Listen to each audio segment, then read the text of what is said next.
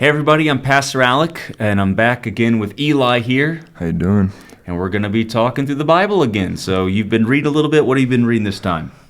This time I've been reading Genesis 6 through around 17, whatever we have. Okay, all right. Whatever. So let's do that first part. Last Right. time you had been reading Genesis something like 4 through 11, and we talked about basically 4 and 5. So let's start with 6. And that's a good place to start. Okay. It was actually at the beginning of chapter 6. I saw that it said his days, then the Lord said, "My spirit will not be content with man forever, for he is mortal. His days will be 120 years." And then I looked it up, and the oldest person recorded was 122 years. Okay, you mean after this? Yeah, so Right. I thought that was pretty cool. Yeah. Well, it's kind of hard. There's two ways to read that. Okay, one way is that human beings really won't live much longer than 120 years at a Right. time. Okay, and again, you can see this with like Abraham, and you see it with Moses. Right, they're Yeah. living that age. Another way to read it is that he is giving 120 years time before he does something major, Okay. and in this case, it would be the flood. Okay, yeah. So there's kind of two ways to read that, and I think they're both probably right. Right. Yeah, I think that I never looked at it like that. yeah, Like, I was giving them 120 days for the flood. yeah. Well, 20 years. Right. Yeah, because he's going to command Noah to build the ark, and it's going to take Noah about 100 years to build the ark. Okay. Yeah, that's cool. I'd never thought about it like Yep. that. Yep. What else you got?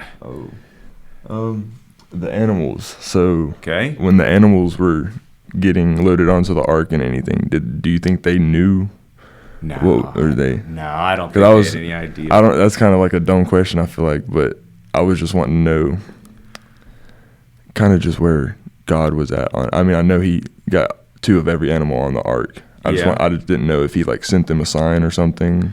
I don't know or- how he did it, but yeah, so it's 2 of every animal, but it's also then 7 pairs of every clean Yeah. animal.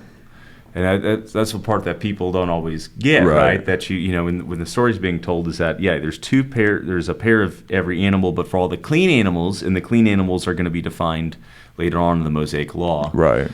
And what that means, why they're clean, and all that stuff, and animals that can be offered sacrifices and eventually eaten. But here at this point, yeah, the animals, I don't think they've got any idea of what's going Right. on necessarily. But also remember at this point, human beings are not allowed to even eat the animals yet. Okay. So are they like vegetarian? They're vegetarians. So, and that's part of the whole thing with the flood is that God gives humans the plants and the fruit Right. to eat, fruit and vegetables to eat at the beginning, and then you've got the 2 lines between Cain and Seth, and there seems to be commingling, and we know Cain's line is very destructive, kind of like Right. we talked about last time, and there's violence that appears in kind of human life, and it seems from Genesis 6 between animals as well. So it kind of seems like things, living animals are not supposed to be eaten by humans or by other animals. Right. And then after the flood, God says, "Look, you're just human beings. You're just violent, and so I'm going to let you eat the animals." It's kind of a concession in Genesis 9. He says, "But I'm also going to put fear into the animals so that they at least run away from you." Okay. Yeah. And it's interesting because that's the reality that we live Right. in today, right? If you come face to face with a deer, it's going to run away from Right. you, right? Well, that kind of the reason I asked if God told the animals or let the Yeah. animals know, because you can't approach a deer and That's bring it onto right. a boat. Well, see, and that's the difference here is that at this time it doesn't seem to be the case. Right. You probably could approach a deer that had never seen a human before, and it would be okay. Right. Just kind of reading back, because in Genesis 9 he explicitly puts fear into them, so that it's kind of a safety mechanism for them. I think that ties in with like how the Garden of Eden was described too, because they're just commingling and nobody's killing each other and all that. That's right. There is a right in Eden. There seems to be a right relationship between humans and the rest of animals. Right. Okay, and I say the rest because remember, the one thing that separates humans in this story so far is that they are made in the image of God. Correct. So the way the animals are described in Hebrew is actually they've got the breath of life. They've got the living breath of life in them, just like humans have, and they're just not made in the image of God. Right. So, and a lot of, this is something that is a part of kind of popular culture, is to think, people like to think, well, what separates humans from animals? And they like to talk either about there being humans have a soul that's different from animals, or that, we, in the Middle Ages, it was, human beings can think differently at a higher level than animals can, right? But in Genesis, the major distinction is really that humans are made in the image of God and that animals are not. Correct. Right? And then people go later on to say, well, what does that mean? Right? So they would go to, cognizant features or something else. But it's really not all that. It's really not, Genesis really doesn't go that direction. It's more almost like if God were to be a part of his creation, he would look and act like a human being. Right. And hey, that's what happens. Right? That's what Jesus does. God comes to the creation, and you get this little, this human being that grows up, and he's both God and man. Right. So, yeah. My next question. Yeah. What else you got? Mount Ararat. Okay. So I did, before this, I had actually seen something about Mount Ararat and how it looks like the shape of a boat and the same size and whatnot. But when I was reading that, I thought that was really cool. How it's the same name, same everything. Yeah. Yeah, so you're talking about the Mount Ararat in like southern Turkey. Yeah. Yeah, right. Yeah, so you can find online, and this has been around for a long time, an image of it's kind of above the tree line in the snow. Right, of a picture. It looks kind of like a boat. Yeah. Right, covered in snow or something. Yeah. It's real difficult to. Yeah, I think what's cool is that it names the mountain. Right. Right. Genesis names, so that the implication is that anyone reading this at a certain point in time could say, hey, yeah, I know where that is. Right. It's kind of like the Garden of Eden, and the naming of the, you got the 4 rivers that are named, and 2 of them are the Tigris and the Euphrates, and people reading this could say, I know where that is. Right. Right. So the question is that the same Mount Ararat that's talked about in Genesis? Yes. Right? Is the one in Turkey the same one as here? I mean, that's a question. And is that big shape on the top of that mountain that really looks like a boat? Is it the Ark? Could be, maybe not. Usually what tends to happen, and I think of this with like Roman or Greek ruins, is that you'll see, let's say, a beautiful temple, and it's in ruins, and it's in pieces, but parts of it are still standing. And you kind of wonder, well, why is it some of it standing and some of it isn't standing? Right. Well, sometimes, there's earthquakes and things, like the Roman Colosseum, was standing for a long time and then had an earthquake and lost a big chunk of it. So that happens. But also it's because over time, when these things go, let's say, unused, people will actually take parts of them and use them to build their own houses. Yeah. Why go to a quarry when you've got this old building that's not being used, that's got these beautifully cut stones? You come and you use them, right? And we kind of look at that and we think, oh gosh, what a historical travesty or something. But I would assume that, if you've got this massive wooden structure that's there at your disposal, you might use it. Yeah. So I would be surprised if the Ark was still around somewhere. Yeah. Preserved, because why wouldn't people use all of this cut wood? Right, that makes sense. That's there, I don't know. So, we'll find out eventually. Yeah. Well, it's interesting because when we actually get to the Tower of Babel, like there is a possible, like we do think we might know where that is. Right. The Ziggurat of Ur. Okay. Yeah. Is probably the tower that's being referred to. Yeah. When we get to that, but we'll talk about that when you have another question about it. Right.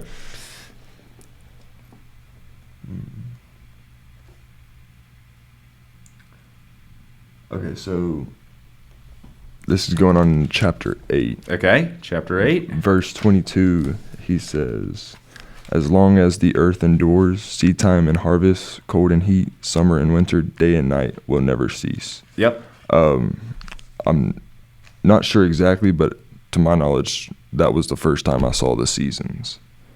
Oh, interesting. The first time you saw the seasons in 22. So were there seasons before that? Yeah, that's a good question. Well, in Genesis 1, you have the same terminology when God creates the sun and the moon and the stars. So there is kind of a rhythm that seems to be there. Right. But it's not really spelled out anywhere before that. So I think a question is, was the flood so catastrophic, right, that it ushered in a new rhythm in the way that seasons are? Maybe what if there were no seasons before that? Right. Or is he referring to there were seasons before and the seasons are going to continue on? I don't know. That's a good question. Yeah, because it could have been mentioned earlier on, but I didn't see it at all. I don't think so. No, that's interesting. Yeah. I never thought about that before. I have to chew on that one. Yeah. Now, I think we should, there is something to kind of go back to here, is that, remember, he is making a promise. So this is God making a promise to humanity, and he even acknowledges that humanity's sinful from its youth here, and again allows humans to eat animals, but it's kind of it's not the way that he designed things, right? But he does allow it, and he also, remember what he puts in the sky after this is the rainbow. Rainbow, yeah. But it doesn't say rainbow; it just says bow. Yeah. So we think of the rainbow as a colorful arch, right? Right. But the rainbow in Genesis isn't a rainbow as we think of it. I mean, it is what we think of. It is what we picture. But you ever wonder why it's called a rainbow? Is it in the shape of a bow? It comes after the rain, but why is it a bow? Well, it's just the word for bow, like bow and arrow. Okay, yeah. So he doesn't say I put my rainbow in the sky. He says I put my bow in the sky. Yeah. Right? So God, he has just killed off most of humanity and most of the creatures that he has created. Right. Okay? And what he does is that's an act of war. Yeah. Right? So he takes his bow and he places it in the sky, hangs it up. Okay. He hangs up his bow, and he says, and the bow it's not a reminder for the creation. It's actually, if you read it carefully, it's a reminder for himself. Right. So he hangs his bow on the wall, and he says, that's now going to remind me not to flood the earth again. But that's what it is. That's pretty cool. So it's a war bow that he's hanging up. Yeah, well, that's what I'll think about when I see a rainbow now. You absolutely should. Yeah. So when you see the rainbow in the sky today, it's not just an arch that's made of pretty colors. It's made of nice colors, right? But it's God and his name, who's named Yahweh. It's Yahweh's bow, right? And he's not using his bow and arrow anymore to destroy the creation. That's pretty cool. Yeah. I had one more thing before we left. It wasn't really about anything necessarily. Okay. But like all the chapters 6 through 9 in Genesis, I just think it's cool how it tells you all these stories, and then it shows you like the true wrath of God. Yeah. And what God could really do. Like at first it shows you his power of creation. Yeah. And then next it shows you the evil of mankind. Yep. And it shows you the wrath of how God truly feels about what's going on in Genesis. Yeah. I don't know. I guess what I'm trying to say is, I don't know. Well, I mean, so his power and his might struck you. Right. It just showed me that I should listen to God and obey God. I know it sounds. That's a good takeaway. Yeah. Yeah. But like it it just put it in a different perspective, I guess. Yeah. It's I think one of the places that we go wrong is that we don't always paint a full picture of God. Right. So I'm thinking of, especially let's say in our tradition, the Lutheran tradition, where we talk about God who's loving and merciful and gracious, and he is. Right. But one of the reasons why people really wanted to talk that way in the 16th century, let's say Martin Luther, is because you would walk into a cathedral and overhead it would be Jesus sitting on a rainbow, right? With it maybe a sword in one hand and a lily in the other. Yeah. But people were terrified of him. People were terrified of Jesus. Yeah. And because you always had the depiction of Jesus reigning over heaven and earth in power and might and authority, right? With the Father and the Spirit. And that's not wrong. Right. That's not wrong. That's what he is. He is powerful and authoritative. He's the king of all creation. And you see that power and authority here from God. Right. And so the kind of what Luther identified is he would say, well, that's right. But you also then read in the Gospels, and you read this in the Old Testament too in places, but especially in the Gospels, Jesus comes in his power and his authority and his might, and he uses it to show mercy and love. Right. And so what's happened then is we've taken this powerful, mighty God, and we've identified and cling to his mercy and his love as we're called to do. Yeah. But then at some point we kind of forgot that he was powerful and mighty. Right. And so we took kind of whereas a lot of the reformers filled out the rest of the picture, right, with the love and the mercy and the grace of God, who invites us to call him Father, yeah, through Jesus Christ, and fills us with his Holy Spirit that we might have life everlasting with him. We took that filling out of the picture, and then we lost the other part of the picture. Right. And so, when you read this, it's kind of sobering then. Yeah, that might explain why I couldn't put it into words, because I'd never thought of it like that until I really started reading in the Genesis. Yeah, and that's why Jesus, when he comes with mercy and love and also with authority. Yeah. And when he says things, that means that we need to take it seriously and listen to him, because he is our Lord. Yeah. And the same word that he uses to say you are, he says, do this. He says that authoritatively. Do this. Love one another as I have loved you. Right. And he also says authoritatively, your sins are forgiven. Right. And it's the same authority, right?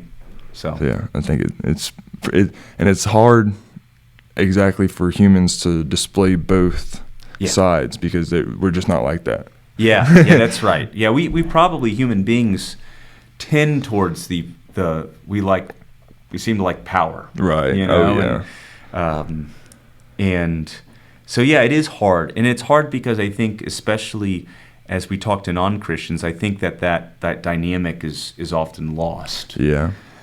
So either Christians come off as self-righteous, right, and wanting power, or we come off as anything goes, right, anything and everything, and really neither of those